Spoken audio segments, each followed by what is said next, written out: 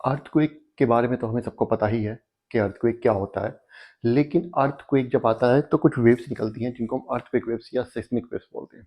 वो seismic waves हमें अर्थ के इंटीरियर के बारे में इंफॉर्मेशन देती हैं। उनसे हमें पता चलता है कि अर्थ के इंटीरियर में क्या है, अर्थ का इंटीरियर में स्ट्रक्चर कैसा है। वो अर्थक्वेक वेव्स कैसे प्रोड्यूस होती हैं, कब होती हैं, उनका टाइप्स कितने होते हैं, प्रोपेगेशन का वे उनका क्या होता है, एक मीडियम से दूसरे मीडियम में जाने में जब वो ट्रेवल करती हैं तो उनके वेलोसिटी और फ्रिक्वेंसी पे क्या फ़र्क पड़ता है, वो सब हमें आज इस चैप्टर में पढ़ना है। तो this is Ankur Kaushik and you are welcome on our channel UPSC accessible. हमारे चैप्टर का नाम है interior of the earth, chapter 3, class 11 के एनसीईआरटी है, फंडामेंटल्स ऑफ फिजिकल ज्योग्राफी। तो पिछली क्लास में हमने अर्थक्वेक के बारे में पढ़ा था। आज हम अर्थक्वेक वेव्स के बारे में पढ़ने वाले हैं, जो अर्थक्वेक सिस्मिक वेव्स जिसको हम बोलते हैं। ठीक है, यही हमारा मेन सोर्स है अर्थ के इंटीरियर की इन्फॉर्मेशन के बारे में। चलिए, पहली लाइन है एनसीईआरटी की इस पैराग्राफ में, all natural earthquakes take place in lithosphere that is portion of the earth up to 200 kilometre. क्या बोल रहे हैं कि जितने भी अर्थक्वेक हैं, नेचुरल अर्थक्वेक्स, वो लिथोस्फीयर में होकर करते हैं जनरली। ठीक है, वैसे अभी हमें कुछ एविडेंसेस मिले हैं जो हम जीएस में पढ़ेंगे, जो हम जीएस में ज्योग्राफी पढ़ेंगे, कि कुछ अर्थक्वेक जो वो 700 किलोमीटर नीचे से भी उनका ओरिजिन रहा है। ठीक है, कुछ अर्थक्वेक ऐसे आए हैं जिनका के ओरिजिन अर्थ से, मतलब हमारे सरफेस से नीचे 700 किलोमीटर तक रहा है। वो सब हम बाद में पढ़ेंगे। अभी फिलहाल जो है, यही जो एनसीईआरटी ने बोला है कि जनरली जो अर्थक्वेक है वो नेचुरल अर्थक्वेक जो है वो दो लिथोस्फीयर में ही आते हैं। और लिथोस्फीयर कहाँ तक है? सरफेस से 200 किलोमीटर तक। ये अर्थ का सरफेस है, यहाँ से ये मान लीजिए 200 किलोमीटर तक है। तो इसी रीजन में आएंगे, मतलब 200 किलोमीटर सरफेस से नीचे। ठीक है, उससे ज़्यादा नीचे तक जनरली नहीं होते, क्योंकि लिथोस्फीयर का जो रीजन है, लिथोस्फीयर की जो डेप्थ है वो यहीं तक है।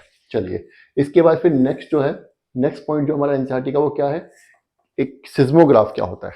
Seismograph an instrument that records waves reaching the earth surface. अब जो अर्थ पे मान लीजिए अर्थक्वेक होकर किया, अर्थक्वेक के बाद वेव्स निकली, वो वेव्स जो आती हैं उन्हीं से तो अर्थक्वेक आता है, उन्हीं से पता चलता है हमें कि अर्थक्वेक आया। वो वेव्स जब अर्थ सरफेस तक पहुंची तो उनको हमें रिकॉर्ड करने के लिए एक इंस्ट्रूमेंट डेवलप किया। पहले तो नहीं करते थे, पहले तो बस अर्थक्वेक आया, हो गया। अब क्या होता है, जो माइनर अर्थक्वेक आता है, जो हमें पता भी नहीं चलता, वो भी रिकॉर्ड हो जाता है सिस्मोग्राफ में। तो हमने एक ऐसा इंस्ट्रूमेंट डेवलप किया जिससे कि हम अर्थक्वेक वेव्स को रिकॉर्ड कर सकते हैं। उस इंस्ट्रूमेंट का नाम क्या है? सिस्मोग्राफ। बस यही याद रखना है, बहुत सिंपल सा है। सिस्मिक वेव्स हैं, क्योंकि सिस्मिक वेव्स को रिकॉर्ड करता है तो इसका नाम सिस्मोग्राफ है। ठीक है, चलिए नेक्स्ट पॉइंट पर जाते हैं। अभी क्या बोल रहा है कि एनसीईआरटी में फिगर 3.1 दी हुई है। This is figure 3.1।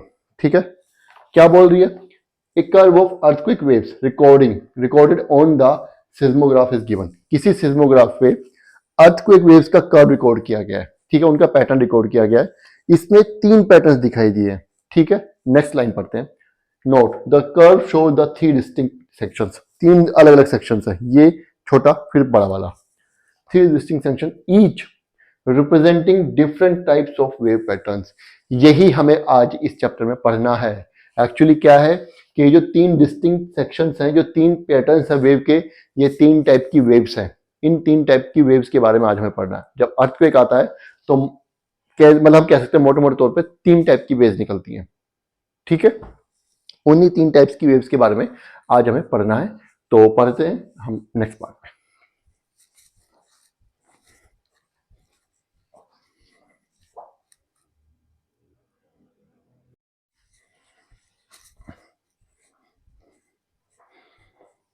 चलिए, अब पढ़ते हैं अर्थक्वेक वेव्स के टाइप्स। तो अर्थक्वेक वेव्स के 2 टाइप्स होते हैं मेजर। ठीक है, पहला बॉडी वेव्स, दूसरा सरफेस वेव्स। यहाँ पे आप कंफ्यूज हो जाएंगे कि मैंने तो ये बोला था कि 3 टाइप के वेव्स हैं। यहाँ पे एनसीईआरटी में भी दिखाया गया था कि 3 वेव पैटर्न्स हैं, है ना, 3 कर्व्स हैं। तो इसका मैं आपको यहाँ पे बता देता हूँ कि बॉडी वेव्स के भी 2 पार्ट्स होते हैं, 2 टाइप की होती हैं। वो अभी हम नेक्स्ट पार्ट में, इसी वीडियो के नेक्स्ट पार्ट में पढ़ेंगे। ठीक है, बाद में पढ़ेंगे। फिलहाल जो है अर्थक्वेक की 2 टाइप की मेजर वेव्स होती, 2 मेजर वेव टाइप्स होते हैं। पहला बॉडी वेव, दूसरा सरफेस वेव। इनका कैरेक्टरिस्टिक इनके नाम में ही छुपा हुआ है। अभी बताता हूँ कैसे। बॉडी वेव्स के बारे में पढ़ते हैं। पहले तो जनरेट कैसे होती हैं। Generate due to release of energy at the focus. ये तो हमें पता है कि अर्थक्वेक जब आता है फोकस पे आता है। ठीक है, वही फोकस होता है जहाँ पे कोलिजन होता है 2 प्लेट्स का, जहाँ से एनर्जी रिलीज होती है। तो जब एनर्जी रिलीज होती है तो जो सबसे पहली जो वेव निकलती है उसको हम बॉडी वेव कहते हैं। लिखा हुआ है generated due to release of energy at focus. ठीक है, सबसे पहले यही वो वेव्स बनती है। समझ गए यहाँ तक? नेक्स्ट पॉइंट पे आते हैं इसके। मूव इन ऑल डायरेक्शंस, वो सभी डायरेक्शंस में मूव करती है। Travelling through the body of earth, travelling मतलब अर्थ की बॉडी के अंदर ट्रेवल करती है, पूरी अर्थ की बॉडी में ट्रेवल करती है, हर डायरेक्शन में जाती है चारों तरफ। ऐसा नहीं कि सिर्फ ऊपर ही आएंगी जहां पे एपिसेंटर है, नहीं, हर डायरेक्शन में जाती है। वो अलग बात है कि दूसरे डायरेक्शन पे इसका इंपैक्ट कम हो जाता है। सपोज कीजिए आप यहाँ पे हैं, ये अर्थ है हमारी, यहाँ पे फोकस है, तो यहाँ पे इंपैक्ट ज्यादा फील होगा, यहाँ पे इंपैक्ट कम फील होगा। ट्रेवल इस तरफ भी करेगी, ट्रेवल इस तरफ भी करेगी, ट्रेवल इस तरफ भी करेगी, लेकिन यहाँ पे इंपैक्ट कम, बहुत कम, ना के बराबर होता है कई बार, तो हमें पता नहीं चलता, लेकिन ट्रेवल करती है हर जगह पे, ठीक है। क्योंकि ये बॉडी ऑफ अर्थ में, अर्थ की बॉडी में मूव कर रही है, इसलिए इसका नाम बॉडी वेव्स रखा गया है। समझ आ गया? चलिए, बॉडी मतलब अंदर, अर्थ के अंदर मूव करती है, ठीक है। अब नेक्स्ट पे आ जाते हैं, सरफेस वेव्स पे। The body waves interact with surface rocks. अब ये जो हमने बॉडी वेव्स के बारे में पढ़ा, ये हमारी बॉडी वेव्स है, ठीक है। अब यहाँ पे फोकस पे ओरिजिनेट एनर्जी रिलीज हुई, तो बॉडी वेव्स जो हमारी ट्रेवल करना स्टार्ट किया, ये बॉडी वेव्स सरफेस पे पहुंचती हैं, है ना। जब ये सरफेस पे पहुंचेंगी तो जो लिथोस्फेरिक रॉक्स हैं, ये तो पता ही है कि जो वेव्स होती हैं, खासतौर से मैकेनिकल वेव्स जो होती हैं, जिनको ट्रेवल करने के लिए एक मीडियम की जरूरत होती है, वो वेव्स जब मीडियम चेंज होता है, अगर मीडियम की डेंसिटी कम ज्यादा होती है तो अपना कैरेक्टर भी चेंज कर देती हैं। इसी तरीके से जब अर्थ से बाहर निकलेंगी, सरफेस रॉक्स पर आती हैं, तो सरफेस रॉक्स से इंटरेक्ट करती हैं, तो इनका फॉर्म चेंज हो जाता है, और क्या होता है, ये सरफेस वेव्स बन जाती हैं। क्यों? Generate new set of, the body waves interact with surface rocks and generate new set of waves, जिनको कि हम सरफेस वेव्स बोलते हैं। तो बॉडी वेव्स जब सरफेस पे आ जाती हैं, लिथोस्फेरिक रॉक्स से इंटरेक्शन के कारण, के इंटरेक्शन के बाद, वो एक नया सेट ऑफ वेव्स जनरेट करते हैं, जिसको कि हम सरफेस वेव्स बोलते हैं। यहां तक समझ आ गया? आई होप क्लियर है। आगे बढ़ते हैं। मूव अलोंग द सरफेस, ये पूरे सरफेस पे मूव करती हैं, ठीक है। और मैं आपको बता दूं, अर्थक्वेक से जितना भी डिस्ट्रक्शन आता है, वो इन्हीं सब के कारण आता है। इसके भी कई पार्ट्स हैं सरफेस वेव के भी, वो हमें नहीं पढ़ने यहाँ पे, वो हम जीएस में पढ़ेंगे, ठीक है। तो क्या होता है कि मूव अलोंग द सरफेस, ये सरफेस में मूव करती हैं।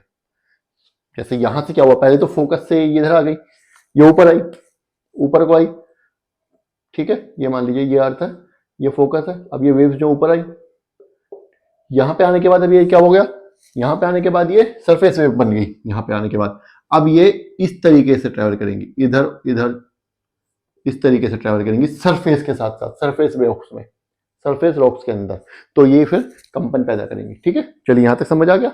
डैमेजेस जो होते हैं वो इन्हीं रॉक्स की वजह से होता है, इन्हीं वेव्स की वजह से होते हैं। चलिए, दोनों टाइप्स आपके क्लियर हो गए। अभी दोनों टाइप्स, बॉडी वेव्स का जो दो टाइप्स हैं, वो अभी हम थोड़ी देर में पढ़ाएंगे, इस सेक्शन के बाद। चलिए, अब यहाँ पे एनसीईआरटी में कुछ चीजें दी हुई, कुछ कैरेक्टरिस्टिक्स दिए हुए हैं वेव्स के बारे में, वो पढ़ लेते हैं एक बार। Velocity of waves changes as they travel through materials with different densities. ये तो हमने पढ़ ही लिया कि जो वेव्स होती हैं, खासतौर से मैकेनिकल वेव्स, उनकी वेलोसिटी चेंज हो जाती है जब वो डिफरेंट डेंसिटीज के मटेरियल में ट्रेवल करती हैं। ये हमें पता है, बचपन से पढ़ते आ रहे हैं, कोई बड़ी बात नहीं, नहीं पता तो बता देता हूं। जो वेव्स होती हैं, हालांकि मैकेनिकल वेव्स की बात हो रही है, लेकिन यहाँ पे आप सिर्फ वेव्स याद रखिए। जो वेव्स होती हैं, जब वो एक ऐसे मटेरियल टू मटेरियल जाते हैं, जब वो एक ऐसे मटेरियल में जाती हैं जिसकी मटेरियल की डेंसिटी कम है, तो उनकी, या ज्यादा है, तो उनकी क्या बोलते हैं, इनकी जो वेलोसिटी है वो चेंज हो जाती है, ठीक है। सपोज कीजिए वो रॉक्स में ट्रेवल कर रही है, पर्टिकुलर टाइप के रॉक्स हैं, थोड़े टाइम बाद रॉक्स आ जाते हैं, लेकिन उनकी डेंसिटी कम है या ज्यादा है, तो उनकी वेलोसिटी भी उस हिसाब से कम या ज्यादा हो जाएगी। क्या है, कैसे होती है, वो नेक्स्ट लाइन में बता रहे हैं। Denser the materials, higher is the velocity. Material जितना डेंसर होगा जिसमें वो ट्रेवल कर रही है, उतनी उनकी वेलोसिटी हायर होती जाएगी।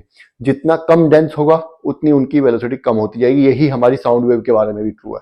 आप लोगों ने पढ़ा होगा शायद, साउंड वेव्स का भी यही है, जितना ज्यादा मटेरियल डेंस होता है, उनकी वेलोसिटी उतनी ज्यादा बढ़ती रहती है, ठीक है। चलिए, नीचे आते हैं। Their direction also changes as they reflect or refract when coming across the materials with different densities. अभी क्या कह रहा है कि जब हाई डेंसिटी से लो डेंसिटी में जाएंगी वेव्स, ट्रैवल करेंगी, या लो डेंसिटी से हाई डेंसिटी में जब ट्रैवल करेंगी, तो इनका डायरेक्शन भी चेंज होती है। ये तो हमने लाइट में पढ़ा ही होगा 9th-10th क्लास में, जब हमने लाइट वेव्स के बारे में पढ़ा था कि अगर रेयर मीडियम से डेंस से मीडियम में जाती है लाइट, तो उसकी क्या बोलते हैं, उसकी डायरेक्शन चेंज होती है, रिफ्रैक्शन होगा, है ना, ये हमने पढ़ा है ना। तो रिफ्रैक्शन या रिफ्लेक्शन जब भी होगा, कई बार क्या होता है, मान लीजिए रेयर रेयर मीडियम से और डेंसर मीडियम में जा रही है, इतना डेंस मटेरियल है कि वेव पूरी की पूरी ही रिफ्लेक्ट हो गई। ऐसा भी हो जाता है कई बार, हो सकता है, क्यों नहीं हो सकता, है ना। लाइट के केस में भी होता है। और कई बार क्या होता है कि रिफ्रैक्शन की वजह से, तो रिफ्रैक्शन ही होता है। जब रेयर से डेंसर में जाती है तो रिफ्रैक्शन हो जाती है, जब डेंसर से रेयर में जाती है तब भी रिफ्रैक्शन होता है। ये हमें पता ही है क्या इसका प्रोसीजर, वो हम उसमें नहीं जा रहे अभी डेप्थ में, ठीक है। बस इतना ध्यान रखिए कि जब मटेरियल की डेंसिटी चेंज होती है जिसमें वो ट्रेवल कर रही है, तो रिफ्रैक्शन और रिफ्लेक्शन की वजह से उनकी डायरेक्शन भी थोड़ी सी चेंज होती है। किनकी? वेव्स की, ठीक है। यहां तक याद है। चलिए अब आगे नेक्स्ट पार्ट की तरफ हम बढ़ते हैं इसके।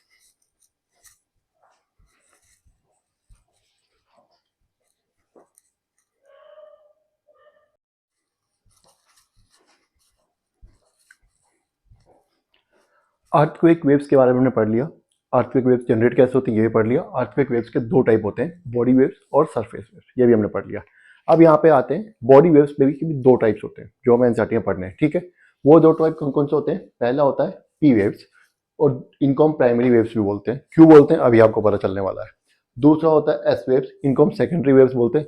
क्यों बोलते हैं ये भी आपको पता चलने वाला है, ठीक है। अभी बताते हैं। पी वेव्स के बारे में क्या लिखा हुआ है कि मूव फास्टर, ये फास्टर मूव करती हैं। फास्टर का मतलब किससे फास्टर? एस वेव्स से, ठीक है। अभी तो दो ही वेव्स के बारे में पढ़ रहे हैं, तो एस वेव से ज्यादा तेज चलती हैं, ठीक है। अब जब ज्यादा फास्ट चलेंगी तो they will reach the surface first, ये तो पहले से पहुंचेगी, तो and are first to arrive at the surface, और ये पहले ही अराइव कर जाती हैं। सबसे पहले यही अराइव करती हैं बॉडी वेव्स पे। पी वेव्स सबसे पहले अराइव करती है सरफेस पे, ठीक है। आगे सरफेस पे आने के बाद फिर ये सरफेस वेव्स में चेंज हो जाती हैं, ठीक है। ये तो हमें पता ही है, न्यू सेट ऑफ वेव्स में जनरेट करती हैं, हमने पढ़ा था अभी पीछे इसी सेक्शन में। चलिए, तो इसलिए इनको प्राइमरी वेव्स बोला जाता है क्योंकि सबसे पहले यही पहुंचती है सरफेस पे। Are similar to sound waves, ये बिल्कुल साउंड वेव्स जैसी होती है, ठीक है। And travel in in gaseous liquid, travel in gaseous liquid and solid materials, और ये लिक्विड सॉलिड और गैस तीनों टाइप के मटेरियल्स में ट्रांसफर ट्रेवल कर सकते हैं। ये इनकी एक बहुत इंपॉर्टेंट कैरेक्टरिस्टिक है। यही कैरेक्टरिस्टिक जो है ये हमें हेल्प करती है अर्थ का इंटीरियर समझने में, और आपको ज्यादा क्लियर हो जाएगा जब हम एस वेव्स के बारे में पढ़ेंगे, ठीक है। चलिए एस वेव्स पे आते हैं। एस वेव्स को सेकेंडरी वेव भी बोलते हैं। क्यों? क्योंकि प्राइमरी वेव्स हैं, ये पहले पहुंच जाती है सरफेस पे, ये बाद में पहुंचती है, इसलिए इनको सेकेंडरी वेव्स बोलते हैं। ये पी वेव से कंपैरेटिवली थोड़ा कम फास्ट होती है, धीरे चलती है, स्लो चलती है। चलिए, arrive at the surface with some time lag, थोड़े टाइम के बाद आती है, टाइम लैग के साथ। किसके बाद? पीरियड्स जब आ जाती हैं उसके थोड़ा टाइम के बाद, थोड़ा टाइम लेती हैं, फिर ये पहुंचती हैं सरफेस पे आराम से, ठीक है। क्योंकि इनकी स्पीड पीरियड से थोड़ी सी कम होती है, इसलिए थोड़ा टाइम बाद पहुंचती है, ठीक है। नेक्स्ट आते हैं, दे can travel through solid materials, वो ये सिर्फ सॉलिड मटेरियल्स में ही ट्रेवल कर सकते हैं। अब आपको समझ आया? नहीं आया तो आगे आ जाएगा कि यही कैरेक्टरिस्टिक है। एक तो ये कि एस वेव जो है जो वो सिर्फ सॉलिड मटेरियल में ट्रेवल कर सकती हैं, और एक अलग अलग डेंसिटी के मटेरियल में अलग अलग वेलोसिटी होती है वेव्स की। ये दो कैरेक्टरिस्टिक के बेसिस पे ही हमने पूरे अर्थ का इंटीरियर जो उसका स्ट्रक्चर बना डाला है। कैसे बनाया यही इस चैप्टर में हमने पढ़ना है, यही तो पढ़ना है इस चैप्टर में, ठीक है। तो अभी पीवीएस एक्सिस पढ़ लो, उसके बाद फिर हम यही सब नेक्स्ट क्लास में यही सब पढ़ा जाएगा। इन वेव्स का प्रोपेगेशन कैसे होता है, कैसे चलती हैं ये वेव्स, ये सब हमने पढ़ना है नेक्स्ट क्लास में। चलिए वापस आते हैं। This characteristic of S waves, कौन सा कैरेक्टरिस्टिक? कि they can travel only through solid material, ये कैरेक्टरिस्टिक जो है of S waves is quite important, ये काफी इंपॉर्टेंट है। And help scientist to understand the structure of the interior of earth, यही वो कैरेक्टरिस्टिक है एस वेव्स का जिसकी वजह से साइंटिस्ट को अर्थ का इस इंटीरियर का स्ट्रक्चर समझने में हेल्प मिली, इसी की वजह से हम इतना ज्यादा समझ पाए हैं, ठीक है। ये डिफरेंस जो है कि पी वेव्स जो है वो तीनों मीडियम में ट्रेवल कर सकती हैं, एस वेव जो है वो सिर्फ सॉलिड मीडियम में ट्रैवल कर सकती हैं। यही जो इन दोनों वेव्स की कैरेक्टरिस्टिक में डिफरेंस है, इसकी वजह से हम अर्थ के इंटीरियर के बारे में, अर्थ के इंटीरियर का स्ट्रक्चर का पता लगा पाए, ठीक है। इतना प्रिसाइजली जो हमें आज पता है, ठीक है। कैसे?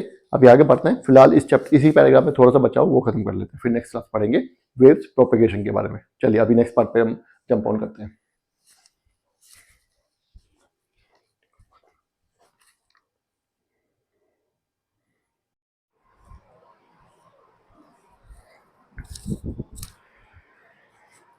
चलिए अर्थक्वेक वेव्स के बारे में पढ़ लिया, अर्थक्वेक वेव्स के टाइप्स, बॉडी वेव्स और सरफेस वेव्स के बारे में पढ़ लिया। बॉडी वेव्स के दो टाइप्स के, उन दोनों के बारे में पढ़ लिया। अब यहाँ पे एनसीईआरटी ने कुछ फैक्ट्स बताए हुए हैं, कुछ बातें लिखी हुई हैं, वो हम एक बार देख लेते हैं। ठीक है, एक बात मैं आपको पहले बता दूं, ये क्लासेस करने के बाद जो मैंने एनसीईआरटी के लिए क्लासेस कराई हैं, आप अगर एनसीईआरटी एक बार को ना भी पढ़ें तो भी आपका काम चल जाएगा, बशर्ते, शर्त ये, कंडीशन एक है कि वीडियोज आप बार बार देखनी पड़ेगी, आपको ढंग से दिमाग लगा के ध्यान को फुल कंसंट्रेशन के साथ आपको वीडियो देखनी पड़ेगी। अगर आप ऐसा नहीं करेंगे तो फिर आप कहीं के नहीं रहेंगे, क्योंकि क्वेश्चन प्रीलिम्स और मेन दोनों में एनसीईआरटी जब तक आप नहीं पढ़ेंगे तब तक आप नहीं कर सकते हैं। ठीक है, यूपीएससी तो भूल ही जाइए बिल्कुल ही। चलिए आ जाते हैं इस पर। Reflection causes waves to rebound. मैंने बता दिया था रिफ्लेक्शन का रोल क्या होता है अभी इसी वीडियो में थोड़ा टाइम पहले। तो रिफ्लेक्शन से क्या होता है कि वो वेव्स उनकी वजह से रिबाउंड हो जाती हैं। क्या होता है, मान लीजिए वेव्स जा रही हैं, आगे कोई ऐसा मीडियम आ गया, ये इस मीडियम में ट्रेवल कर रही है अभी तक, ये रेयर मीडियम है, रेयर है, ठीक है। अब आगे आ गया डेंसर मीडियम। अब ये डेंसर तो है लेकिन बहुत ज्यादा डेंस है, इतना ज्यादा डेंस है कि वेव आगे जाने की बजाय पूरा का पूरा रिफ्लेक्ट हो गई, वापस चली गई। ठीक है, तो रिफ्लेक्शन क्या बोलते हैं, रिफ्लेक्शन की वजह से होती है वेव्स के रिबाउंड की वजह से। समझ आ गया, वापस चली जाती है waves. Whereas reflection makes waves move in different direction, जबकि रिफ्लेक्शन की वजह से वेव्स जो है वो अलग अलग डायरेक्शन में मूव कर जाती है। कैसे, मान लीजिए रेयर से डेंसर मीडियम में चली गई, या लो या और ज्यादा रेयर मीडियम में चली गई। तो कई बार क्या हमने पढ़ा है कि वेव जो अगर जब जाती है एक मीडियम से दूसरे मीडियम में, तो वो अलग अलग एंगल्स पे रिफ्लेक्ट हो जाती है। ठीक है, अलग अलग एंगल्स पे उसकी डायरेक्शन मूव कर जाती है। क्या मैकेनिज्म है ये मैं आपको यहाँ पे नहीं पढ़ा रहा हूँ, साइंस का सब्जेक्ट है, लाइफ में हमने पढ़ा है 9th-10th क्लास में।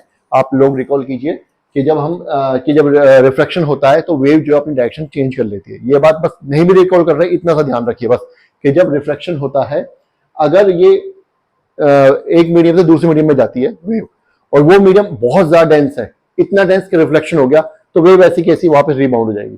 ठीक है, अगर वेव एक मीडियम में दूसरे मीडियम में जाती है जो कि आप जो पहले मीडियम से या तो थोड़ा सा रेयर है या थोड़ा सा डेंसर है, तो वेव रिफ्लेक्ट हो जाती है। जब रिफ्लेक्ट होती है तो उसकी डायरेक्शन चेंज हो जाती है। ठीक है, बस इतना ध्यान रखिएगा। चलिए आगे बढ़ते हैं। Whereas move in different directions, next point है द वेरिएशंस इन डायरेक्शन। अब डायरेक्शन में वेरिएशन जो आती है of waves are inferred with the help of their recorded seismograph. अब ये कह रहा है कि रिफ्लेक्शन और रिफ्लेक्शन में जो वेव में जो चेंज आया, रिफ्लेक्शन की वजह से वेव रिबाउंड कर गई, और रिफ्लेक्शन की वजह से वेव का जो है डायरेक्शन चेंज हो गई, वो मूव कर रही है डिफरेंट डायरेक्शन में।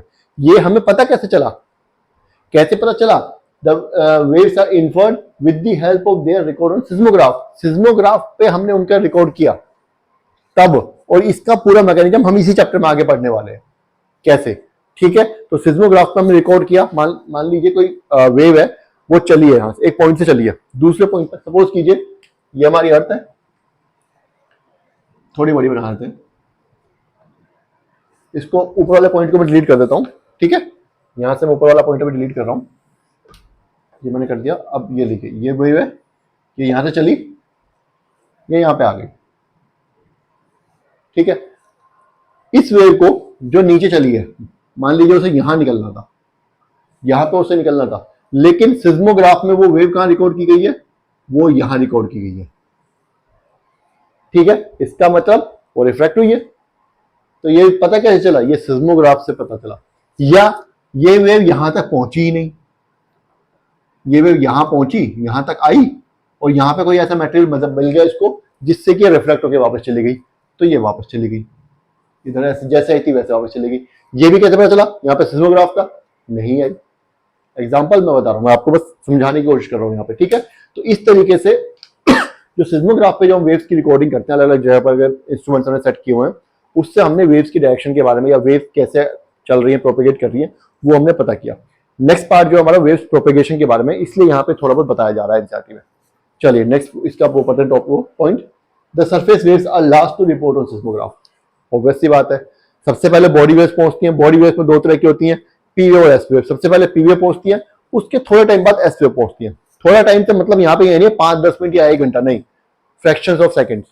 उसके बाद एस वेव पहुंचती है, और वो दोनों वेव्स जब पहुंच जाती हैं तब वो सरफेस वेव्स में कन्वर्ट होती हैं, सरफेस वेव को ओरिजिनेट करती हैं। तो सरफेस वेव्स उनके बाद रिकॉर्ड की जाती हैं जब वो पहुंच जाती हैं। तो surface waves are the last one to be recorded on the seismograph. ये बात समझ आ गई। चलिए आगे चलते हैं, last point, they cause displacement. पहले बताया था फिर बता रहा हूं, these waves are more destructive. कौन सी waves? Surface waves are destructive. Surface waves ही हैं जिनकी वजह से तबाही मचती है, जितना भी तबाही वगैरह मचती है, बिल्डिंग गिरती है, पहाड़ खिसकते हैं, वो सब सरफेस वेव्स की वजह से होता है। क्यों होता है? These waves they cause displacement of rocks. वो रॉक्स को हिला देती हैं क्योंकि वो रॉक्स के अंदर ट्रैवल कर रही है। अब रॉक्स में कंपन होगा तो हिल जाएंगे, दो रॉक्स हैं बंधे हुए हैं, वेव आई, वो हिल गए ना। अब क्या, वो ऊपर जाए स्ट्रक्चर गिर जाएगा, यही तो होता है, आसपास का स्ट्रक्चर गिर जाएगा, यही होता है ना। Hence the collapse of structures occurs. तो स्ट्रक्चर जो है उनका कोलैप्स हो जाता है। ठीक है, आई होप आपको यहां तक समझ आ गया है। ये एक आज का ये खत्म हो गया। नेक्स्ट टॉपिक जो है वो वेव्स प्रोपेगेशन के बारे में है, वो हम कल पढ़ेंगे। ठीक है, चलिए आज यही खत्म करते हैं। Thank you.